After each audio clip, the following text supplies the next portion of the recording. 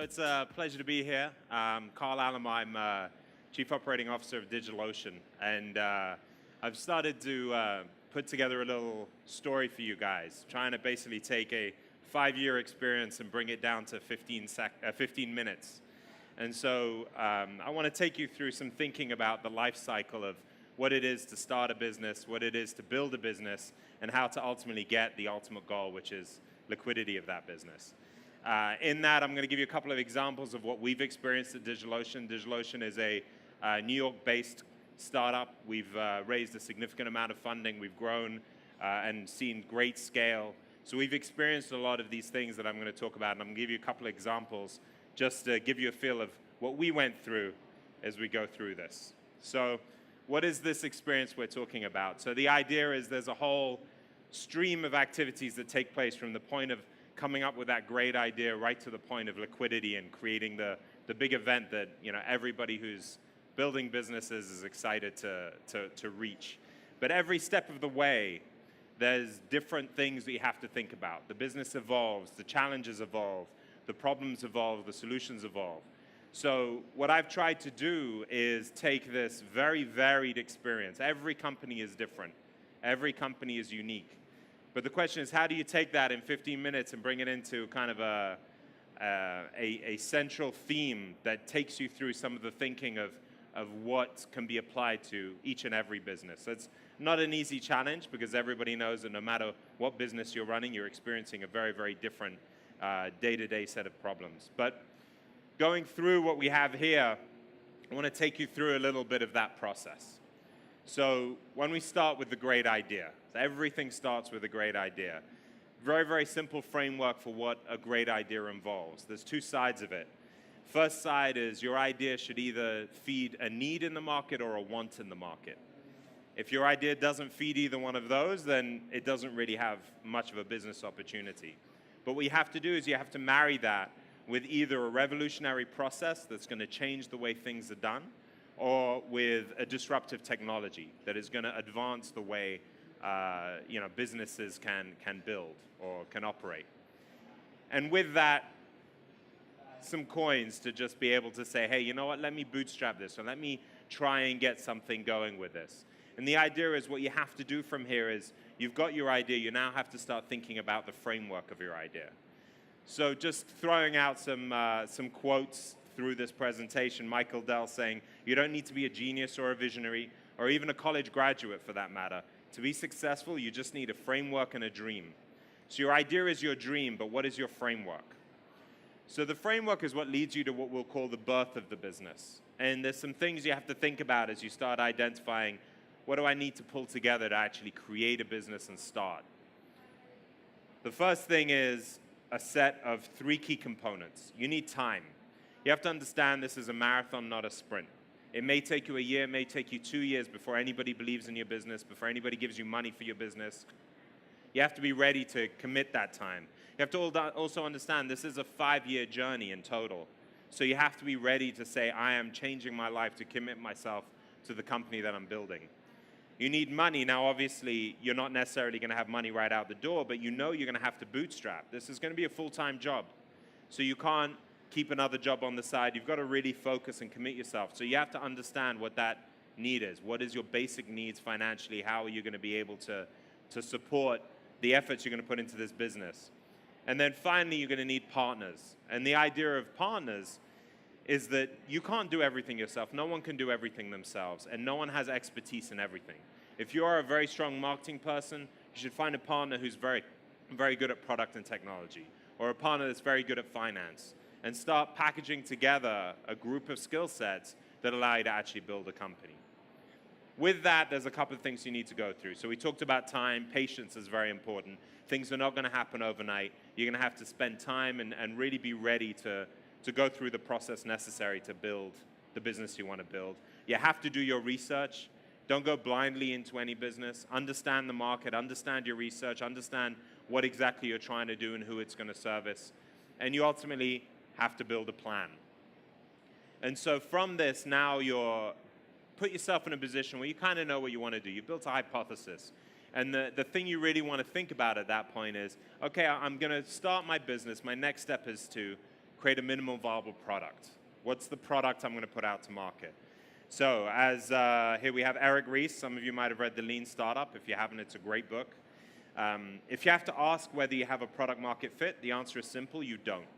And so what that basically means is, as you build your product validation and your experience of what you're trying to do, once your product hits market and you understand that it's working, it'll take off by itself.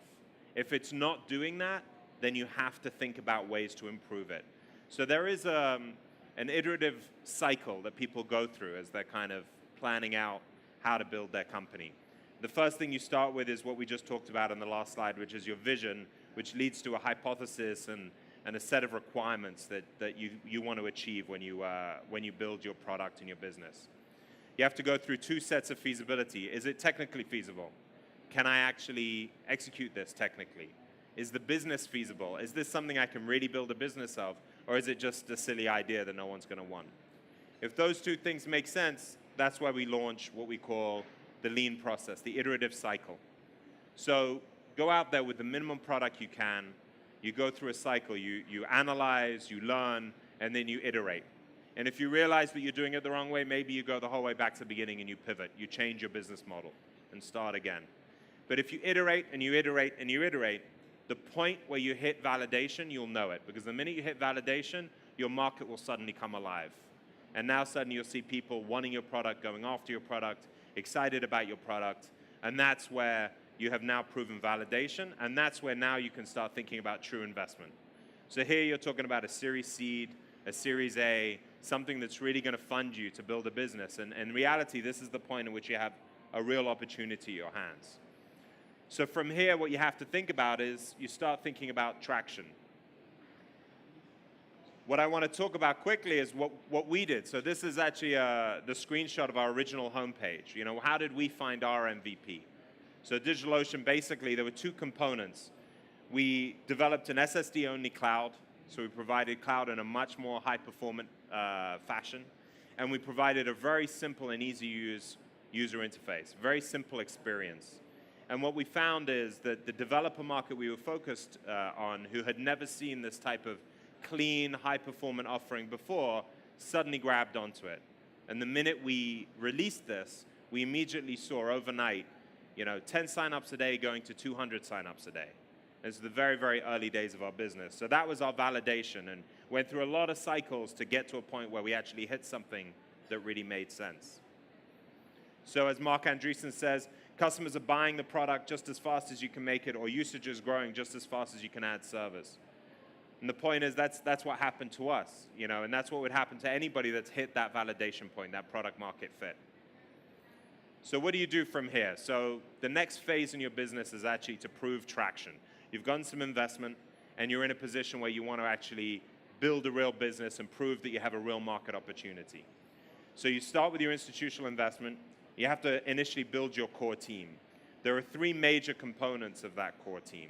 So finance and HR, which is essentially your foundational component.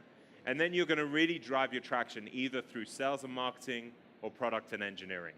So the idea there is, depending on the type of business you have, you're either going to drive organic traction through building a great product, or market traction through just having an amazing brand, an amazing marketing capability. But the key to traction is the ability to measure it and the ability to define goals to it. So this is the first point in your business where you're really starting to look at metrics, starting to look at what proves that we have a great business here. And in doing that, once you have proven that, once you do demonstrate that, the people are coming, the people are buying your products, you're seeing a lot of engagement in the market, this is where you get the opportunity to go after that Series B, that growth investment. That's a larger check. It gives you, it proves that the industry believes in your product and believes that it has the opportunity to really grow. So for example, with us, how did we see our traction? So in January 2013, we launched this product, we hit our MVP, and immediately we could see the exponential growth of our usage. And as you can see from this chart, through today, we've established over 10 million, or launched over 10 million virtual machines, which we call droplets. And that started from a very, very modest beginning at the beginning of 2013. Meanwhile, on the left, you'll see that our worldwide rank went from 1,500, and then in May 2015, we hit number 2 in the world after Amazon. So now we've proven that over a pretty short period of time, we have created such traction that we've been able to get the number 2 position in the market in terms of, in terms of usage globally, after obviously a gigantic competitor like Amazon. So that proved that we were really, really building, proved that we had real traction in the market. It is important for young entrepreneurs to be adequately self-aware to know what they do not know. So what does that mean? So you've built traction, you've raised more money, this company is now becoming real. You're going to scale, you're going to add employees, you're going to grow the organization. As an entrepreneur, and it's very rare that an entrepreneur has the full skill set to go from ideation right to the point of liquidity. Some people are very special, some people can do that. Mark Zuckerberg is a great example of that. But what Mark Zuckerberg recognized is that you have to start bringing talent in to help you grow.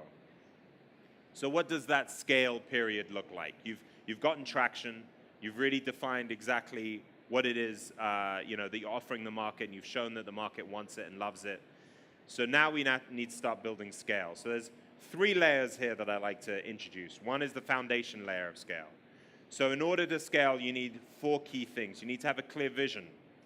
It means as you're doing your talent acquisition, you're clearly able to communicate to all these employees that this is what we want to build. This is the exciting opportunity. This is what we want to grow.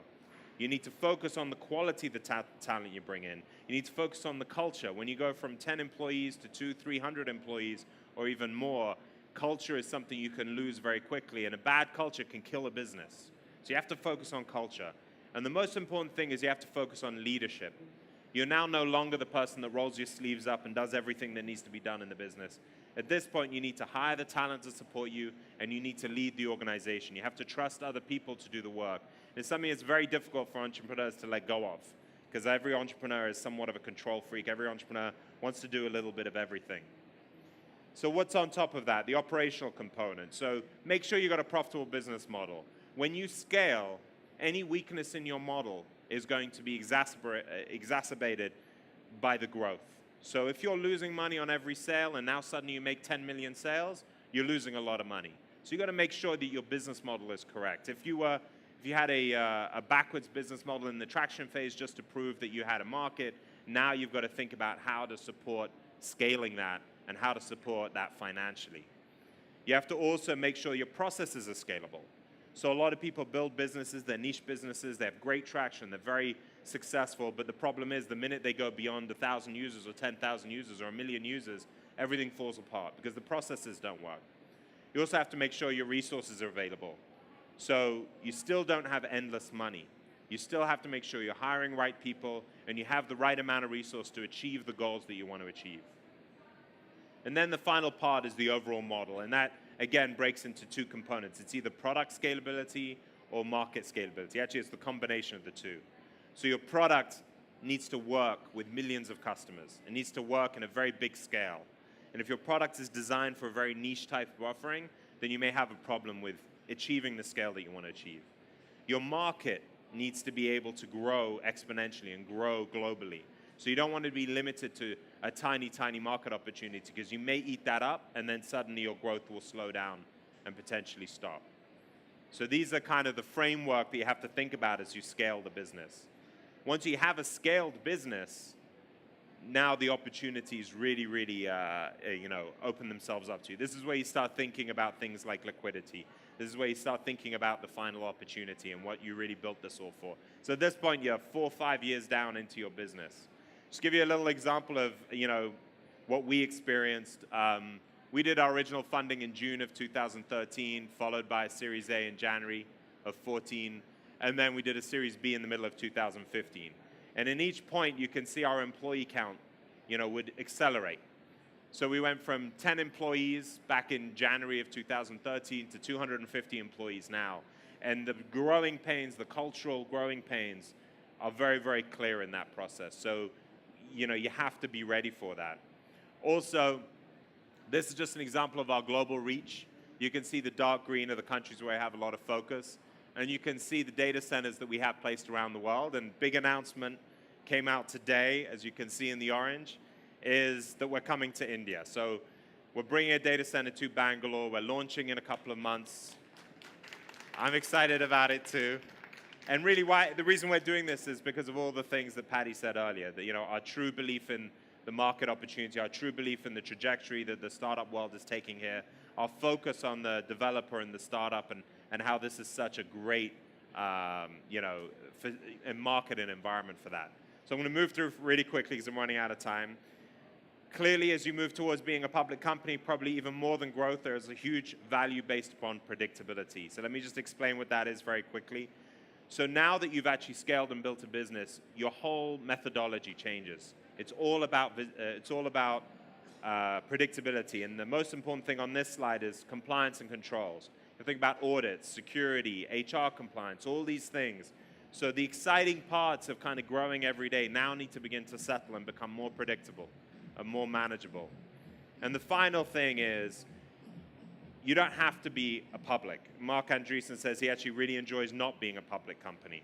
So once you achieve that structure, that vision, that predictability, IPO is only one option. And there's pros and cons to all of these.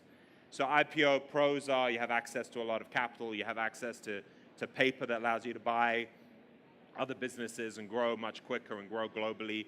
But the cons are that you're now restricted to reporting every quarter. You have to think much more short term in terms of delivery. There's a lot of problems in terms of the restriction of being a public company. You could stay private or you could go M&A, and each of them have their pros and cons. But you have to think about exactly what works for you, exactly what works for your investors, because obviously they're going to be putting pressure on you, and how you can most effectively reach that liquidity opportunity, that liquidity exit. So final, to say thank you to all of you guys, and obviously it's an opportunity to say thank you once you've reached liquidity, because really that's a gift that's been given to the people that have been able to get there. I think the most important thing, just to close out, is just that everybody has a unique experience. The one thing everybody should think about is when you build a business, don't build a business to exit. Build a business to grow value and build a quality business. The exit will take care of itself. So focus on the first set of stages. Once you've achieved that scale, then you'll see the opportunities for exit. But don't build towards an exit, because that's where you can make mistakes. And with that, I say thank you.